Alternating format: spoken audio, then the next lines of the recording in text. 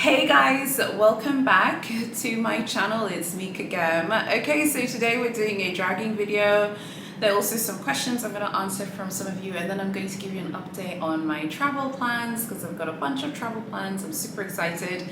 I'm in such a great mood today. I don't know why I'm in such an amazing mood. I have no idea, but I'm very happy today.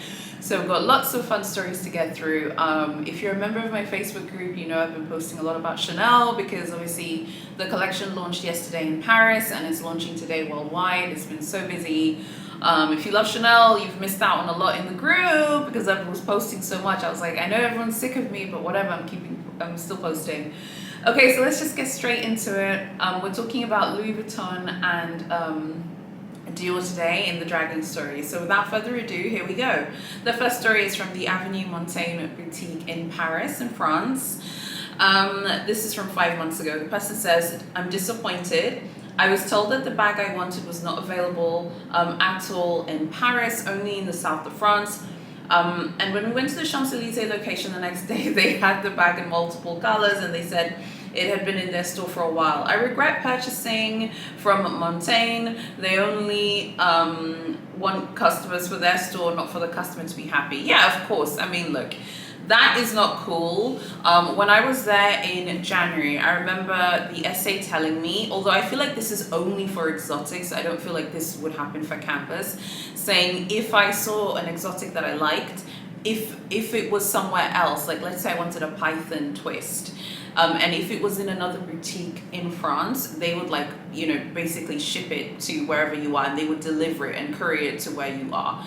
They wouldn't expect you, to go there and, do all this stuff and all the rest of it to get it, But, in her case, they're like, oh, it's in the south of France. Like they obviously didn't want her to buy it. So this was probably a bag that was made from canvas. It probably wasn't like a leather bag or an exotic bag or anything like that. And I know you're going to be like, oh, they shouldn't do that. I agree. But of course, they want the sale for their boutique. The Montaigne boutique wants people to purchase in the Montaigne boutique, and the Champs-Élysées store wants people to purchase in the Champs-Élysées. It's still not cool, but I'm not surprised. The next story is from the Place Vendôme boutique for Louis Vuitton in Paris, in France. This is from 5 months ago as well. She says, I wish I could award 0 stars. I've been coming to this store since 2017 and I've been buying a bag each time for my own use. Vendôme has been my favorite Louis Vuitton store. I had a rubbish experience at the Champs-Élysées back in 2019. So I thought the bigger stores had the stuff with the severe attitude problem. I visited the Vendôme boutique on the 3rd of December 2021 and had great nostalgia from past visits, only to be terribly disappointed. I walked in on a weekday at the store opening as the first customer to avoid crowds. It was horrifying at the men's section when I wanted to purchase a bag. By the way, the reviewer writing the review is a woman. It was horrifying at the men's section when I wanted to purchase a bag. I understand it being the only piece. There was no need to tell me you can't, don't buy it. I was dumbfounded. I sincerely felt like it was due to the color of my skin or that I am Chinese. I'm never visiting the Vendôme store or any LV in Paris again. It was my first shop before Dior and Chanel. It made me think that the customer service in Paris came with an attitude problem. I've had pleasant experiences in Dior, Chanel, and Hermes. Happy to put my money where my mouth is. Dior Saint Honoré will be my first stop in Paris. Every time I visit, I'm never buying anything from LV again. Yeah, so a few things. First of all, let me just say this, okay? I think I alluded to it in a previous video that I had one bad luxury shopping experience when I was there in January. But it's something which I've healed from and I've moved on from. My husband was absolutely outraged as well, by the way, and my husband never gets outraged. But it was something that I've healed from, okay? One thing I will say is all people of color, we know when we're being racially profiled. If you are a person from an ethnic minority group or a minority ethnic group, you know when you're being racially profiled in a boutique. It's like this feeling, you can just feel it. And it's not the person just being in their head or anything. So if she says that's what happened to her, that's what happened to her. And we need to make sure that we validate that. What I wanted to chat about here is the fact that like the Vendôme store gets a lot of rave reviews.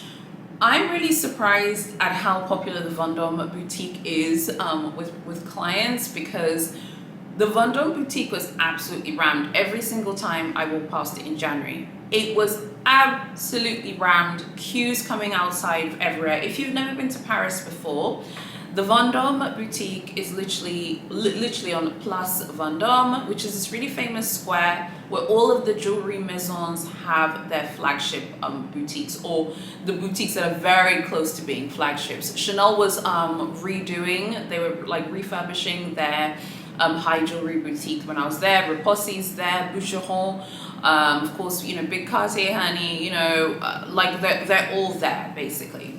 So you have like the Louis Vuitton Place Vendôme Maison, and then opposite you have Goya, and next to Goya you have Giuseppe Zanotti. So if you've never been to Paris, I'm just going to give you an idea, so you can get an idea of how rammed, okay, this whole area is. So you have the Place Vendôme boutique, you have Goya, you have Giuseppe Zanotti, and then that's the like the Rue Saint Honoré. You keep walking and walking, you'll end up at Big H, okay, you'll end up at, you know, Moschino, you'll end up at, you know, lots of other brands like, you know, Balmain, etc., and Dior, of course. So it's such a busy luxury shopping district. There are tons of clients. It's a shame that, you know, she didn't have a good experience this time, and it's a shame that she felt racially profiled. What I will say is that the Place Vendôme store is so busy. Like, if you're someone who wants to shop there, like, make sure that you make an appointment. And I have to say, I'm not big on appointments. I like feeling free to walk in wherever I want to walk in. Definitely, if I go back to Paris and that essay is still working at the Champs-Élysées, as long as he's there, I'll contact him, and if he responds, I'll make an appointment with him. But I like feeling free. I want to be able to walk. I remember, you know, leaving FSH and walking around, you know, milling about, really happy, really excited, seeing the Place Vendôme Louis Vuitton, and the queue was absolutely insane. Like, I haven't seen queues like that, like what I've seen in Paris in January. And when I went, it was like, oh, it's not even like a big deal or anything. So I really hope that, you know, she feels better. I don't really have much to say on this, because if she says that's what happened, that's what happened. It's a terrible feeling when you feel like you're being racially profiled in a boutique. It really, really sucks. Okay, so I hope that she cheers up and feels better. The next one is, which one is this? Aha, the next one is this one here from from the Place Vendôme store. No, not the Place Vendôme store, I beg your pardon. This one here is from the Champs-Élysées boutique. Disclaimer, be ready to receive typical French, and then she puts rude behavior at this location from the associate if you tell them you're traveling from the US. I visited this store during my first ever visit to Paris. The store managers were friendly and polite, but the associate who was pretending to help was very rude and hardly spoke/understood English. Upon asking on the availability of the particular item, she said, "You won't be able to get this here since you're not French. Go back to your country and order there." Okay, whoa, that's wild. I felt like I stood there in that long queue to receive impolite treatment. I feel like this is a tourist trap. Do visit some other Louis Vuitton locations. If you're visiting Paris for the first time, I would give 0 stars to this location. The person visited in April. Okay, a few things. First of all, that is so rude to tell someone to go back to their country and order the bits there when the person has come to the flagship boutique of Louis Vuitton worldwide. Louis Vuitton Champs-Élysées, 101 Avenue des Champs-Élysées is the flagship brand, the flagship boutique for all Louis Vuittons. The same way 24 FSH is the flagship for Big H, and 31 Rue Cambon is the flagship for Chanel, like worldwide. Like, you know, the mothership of all Louis Vuittons worldwide. You have to make people feel excited to be there. And don't forget, many people visiting Louis Vuitton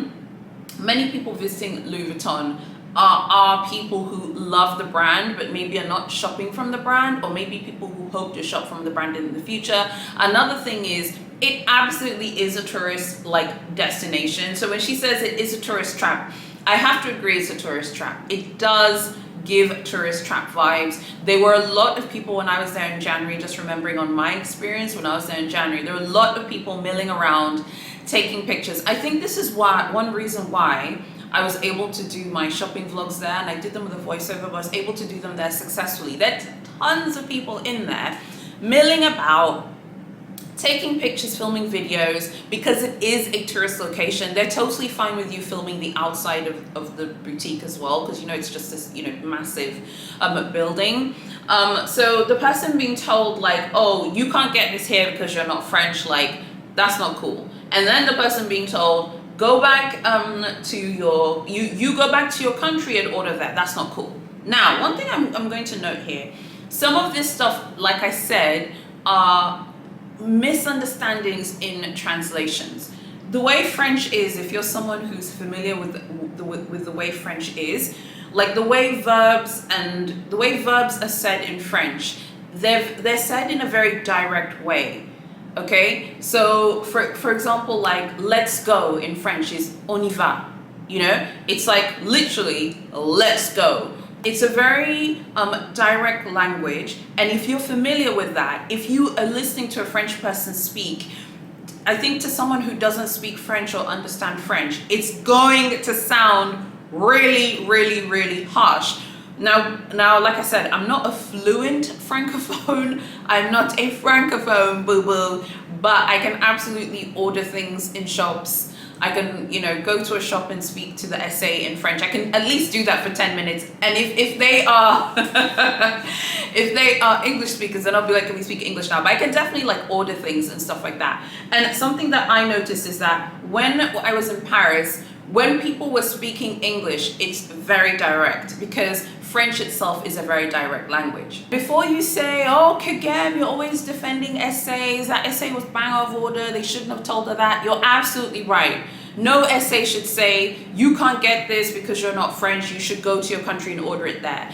But what I'm saying is, sometimes and as someone who is bilingual, I speak Swahili and I speak English, right? And I would say that my French is like basically intermediate. Like I can get by. If you leave me in a French town, I'll be able to explain myself. And if the French person doesn't speak English, I'll be just fine, but I'm not fluent. So I would say I'm fully bilingual, and then my French knowledge is like intermediate/advanced. As someone who is bilingual, and my mother tongue is not English, my mother tongue is Swahili, I can tell you that when someone is thinking in another language but delivering it in English, there will be certain things that are going to be missed in translation. And if you're watching this and you're from a country where you only speak English, you don't speak another language, you're going to be like, wow, that person was really rude. Whereas maybe what that person was saying, like maybe what the essay was saying in their head was, that like they're thinking in French and they're saying, you don't live in France. But the essay said, you are not French, so you can't get this. But actually, maybe what she meant to say, and maybe had she said it in French, she would have said, you don't live in France, so maybe you can't get this now. Why don't you, when you go home, order it? You see the way I said that there? If I say it like that, that doesn't sound so bad, does it? Because the person might be a tourist, they might be traveling tomorrow. So I just want to say that cultural nuances, particularly when you're shopping in Paris, and if you don't speak French, and just to be clear, every essay in Paris speaks English, boo-boo, okay? In the major tourist locations, you will not meet an essay in the 24 FSH, Cambon, okay, Avenue Montaigne, or any of the Avenue Montaigne boutiques, or the Louis Vuitton Champs-Élysées that cannot speak English. But you need to be aware of cultural differences in translation and understand that misunderstandings can happen a bit easier, particularly if you yourself only speak English, whereas the essay is speaking their native language, which is French, and English. So I hope I don't get dragged in the comments for defending the essay here. I'm just saying that nuances and differences in translation can absolutely happen. I have seen it firsthand with my own language, when people who are here, who are tourists, sometimes misunderstand what Tanzanians are saying in English. And even though most Tanzanians are bilingual, everyone is still translating from Swahili. So I hope that makes sense. Okay, so I'd love to know what you think about that one. Of course, at the end of the day, I'm sure it sounded rude in French, but French as a language is quite direct and quite straightforward. So I hope that the person cheers up. And I'm not going to be one of those annoying people like, well, I went there and I had a great experience. They're lying. No, I hate when people do that. So I'm not going to do that. I think I got just lucky that time. The essay was nice. I didn't really spend I feel like the essay was nice, but I also feel like I registered interest in exotics, and I feel like I was treated differently because I did notice that he was much warmer to me once I mentioned exotic leather and ready to wear. And before I was like, oh, I'm just looking for like earrings, like fashion jewelry earrings. He was kind of like, oh, okay, cool. But then the moment I was like, oh, I also like exotics and I like the clothing, then he really was like much friendlier. So I'm under no illusion that at the end of the day they're nice to you because they want to make money. So yeah, I think it's like really worth just kind of noting that as well. The next one here is from oh God. I don't know what is going on with Louis Vuitton right now, honey. Okay. The next one here is from one of the Louis Vuitton boutiques, which is in New York. I was kicked out because I had no intention of buying anything that day. I was not allowed to look, as with any normal shopping, and don't talk to me about a luxury boutique. I was perfectly able to look and move around as I wanted to at Gucci. The saleswoman was pushy, rude, and looked down on me when she realized I had no intention of buying anything directly. They are snobs and intolerant. I'm nevertheless clean, well-dressed, respectful, and I have perfectly the means to buy their products. I'm disappointed. Okay, well, first of all, this was 2 months ago. First of all, okay, you cannot say I was kicked out because I had no intention of buying anything that day. She doesn't explain why she was kicked out, so I'm not sure you were kicked out, boo-boo. She says, I had no intention of buying anything that day. Okay, that's like the first sentence. Then you say, I have perfectly the means to buy their products. Okay, you didn't intend to buy anything that day. So what, now you want the red carpet rolled out for you, and you want to be treated like a queen, like a king? Are you buying anything? Yes or no? Okay, you know how I do on my channel sometimes. I'm like, answer this question for me. Yes or no? Like, Chanel, do you want to be dragged? Yes or no? Louis Vuitton, do you want to be dragged? Yes or no? Now, I have to ask you, boo-boo, what are you doing? Okay, because you can't tell me I was not allowed to look. The saleswoman was pushy and rude and looked down on me when she realized I wasn't going to buy anything. But you weren't buying anything. I mean, I don't feel like the essays should be rude, if clients are not purchasing today. But I understand why clients are I understand why essays are getting tired of people who are just coming to browse and to look around like all the time. Like, honestly, I do really understand it. And I just feel like it's coming to a point now where if you are browsing, they kind of feel like you're a time waster. And don't get me wrong, because there are going to be some of you saying, well, I go to my local boutique, I browse all the time. Don't talk to me about a boutique where you have an essay. It's not the same thing. This person obviously just dropped by because they wanted to have a look around, and they felt, pressured and harassed to buy things, and she's saying, I had no intention of buying anything that day. Then you're like, okay, but I have the means to buy. Why are they acting like she doesn't have the money? But she wasn't buying anything that day. I mean, what do you expect from them? Do you want them to kind of like suck up to you or whatever? No, I'm sorry, no. Okay, the next dragging story is from Dior, from one of the New York locations. This was posted 11 months ago. The person says, I went in to look to ask a very simple question about a product. The question could have been answered very easily and fast, but the lady who helped us was very rude. She barely answered our question and then went on her phone. As someone who works in retail, this is one of the worst customer service experiences I've ever had. The lady went on to say, quote, if you wanted to actually buy something, we would give you the top service, meaning they only treat their paying customers with respect. This store made me feel worthless. I stopped by other luxury stores and asked similar questions and never experienced the rude attitude I experienced here. Looking at the reviews, This is an obvious problem at this location. No other luxury store on Fifth Avenue has as low of a rating as this place. Management needs to get their priorities in place and do some customer service training. I would definitely return to places like Hublot and Louis Vuitton because of their fantastic customer service and buy something, but never come back to this store. Okay, well, first of all, okay, the essay should not have said, if you were actually coming to buy something, we would give you top service.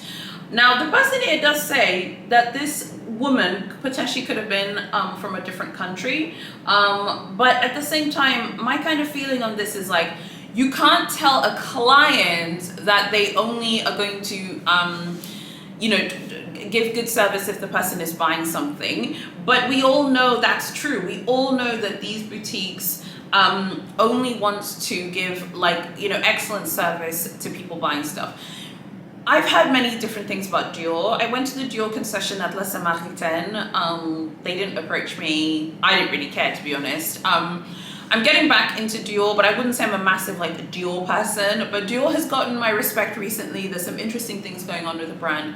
If you chat to me privately, you know what I'm referring to. Dior's gangster, okay? She's not the one. And I kind of like brands that are like that. They don't play around about their brand. I do like that.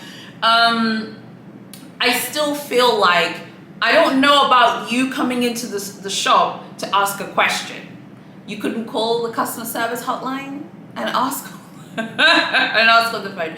You could send an email. I sent Gucci an email once and they responded and they answered my question in detail. I was really impressed with Gucci, so I'm very impressed with them. You can send an email. Why go to the shop? I know you guys are gonna drag me for my response, but I'm sorry, I just feel like you're kind of a time waster, and the essay probably saw this individual was like, this person's wasting my time, I want to go and make money. Goodbye. Okay, you have been dismissed. What do you guys think? The next dragging story is from another Dior location. Dior's getting dragged on the internet today. Extremely condescending staff. I came in here with my wife. The saleswoman who greeted us asked us if we're looking for anything in particular, and we said no, we just wanted to look around. She proceeded to follow us around the whole store. I was looking at the saddlebag. She asked if I wanted her to bring it down. I said no, just looking, and she gave us the side eye. The rest of the time made us feel super uncomfortable. I never had this experience in Soho. I think this is the Soho location in New York. Safe to say I won't visit this location ever again. Okay, so again, I mean, you were there browsing. What kind of customer service do people expect when they are browsing? What do you expect from a brand when you're browsing? Do you expect to be treated like a king or a queen? Do you expect to get the royal treatment? I think luxury boutiques have a lot of people who are constantly browsing, probably not buying as much as they could be buying. So I think, I don't know, I don't think it's right for them to be treated badly. But you walk into a store, do you need any help with anything? No, we're just looking. Okay, fine, but the person has a job to do. And maybe the store manager told them they need to follow you if you have said that you're just browsing. Yeah, it can definitely be annoying, but at the end of the day, these people are working. This is their job, their career. If you are coming into a luxury boutique, but you have no intention of buying, but you just want to walk around and look around, I think that luxury boutiques have definitely made a lot of changes since shopping vlogs have kind of taken off on YouTube. And I know most of you think of shopping vlogs when you think of just YouTube, but there are lots of shopping vlogs on Instagram and TikTok. Even when I was there in January, I saw a lot of people vlogging in boutiques. I saw a lot of people vlogging in a lot of luxury boutiques. So I do think that plays a role as well, social media. They don't want you vlogging, they don't want you taking pictures and stuff. Well, I know I just said the thing about Louis Vuitton. I feel like the Champs-Élysées is a bit different because it is a tourist location, but they really don't want you vlogging in there. They don't want you maybe walking around. Don't forget, a lot of luxury boutiques have had a lot of theft and armed robberies and things like that. So it's possible that they do not want you to just be walking around browsing because maybe they think that you're casing the place. So you're gonna come later and maybe take things. Who knows? Okay, so I just wanted to kind of put the other side there. I'd love to know what you think about all of these dragging stories. I'm very, very curious. I was reading the Parisian ones, so I decided to focus on Paris today for a lot of them because I want to kind of update you guys on my travel plans, and then I'm going to answer some of your questions. Because some of you did answer my Instagram sticker. So my updates are my next trip that I'm going on is, obviously I told you guys, to Johannesburg, South Africa. That trip is coming very soon. So if you want to see like videos and stuff, make sure you tell me in the comments, but I'm definitely gonna have like a Johannesburg vlog. Don't worry, there won't be tea. I won't be pouring tea into mugs. I'll try and make it fun and interesting. And I'll have like shopping vlogs. I'll show you guys like the shopping centers in Johannesburg. So I feel like there are a lot of you who are curious about the luxury scene in South Africa, because I've told you guys that Louis Vuitton is there, Gucci's there, Bulgari's there, Cartier's there. I will only try and take pictures and vlog in a boutique if that where I'm buying something. And I'm definitely going to go to Louis Vuitton, definitely going to shop from Louis Vuitton, definitely going to go to Gucci and pick up some things at Gucci as well. Like Louis Vuitton, Gucci and Cartier are 100% guaranteed. And then there's Versace and Ferragamo as well. So I'll be going to those ones as well. I'm so excited. There's Burberry, I think Burberry's there too. So I'll definitely pass by there. So I'll make sure to have those videos. So make sure you stick around because that trip is coming up very soon. I cannot wait. You know me, if you saw my Parisian videos, you know I'm very superstitious about traveling. I don't like to say exactly when I'm going. I like to get there and then come on here and tell you, but that one's coming soon. So once I'm finished with that trip, and then I'll chill for a bit, and then the next trip after Johannesburg will be going to Europe. And then I'm going to go to another mystery location somewhere in the world that you'll learn about some point this year. So I've got like 3 trips planned for the rest of the year. I really would love to see you guys here. If you love those like trips and stuff, you can go check out my Haya Glamazon in Paris playlist, which is on my playlist section of my channel pages. It's crazy. People still watch my Parisian vlogs. It's completely crazy. I didn't think that they were like that interesting. But a lot of you showed a lot of love and support for those vlogs and said that they were really good. So I was like, what? You know? I was just really shocked by that. So I'm so excited because I've got all these great like trips coming.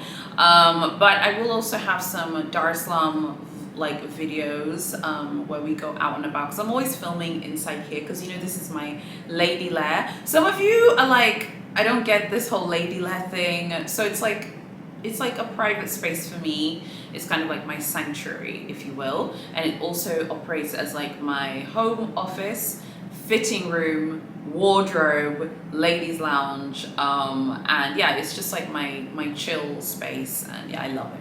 And the lady lair, my lady lair is actually named after my dad. It's called the Wilson, because my father's name was Wilson. So we like basically our home is named after Edwin's mother, and my lady lair, my lounge, it's kind of like my own personal lounge, you know, in the house, is named after my father. So yeah, some of you were like asking me, you know, about that. But yeah, I'm doing a lot of like changes and refurbs here, so I'm really excited. I'm so excited about these trips. You just don't want to miss it. So Johannesburg is up next. I cannot wait.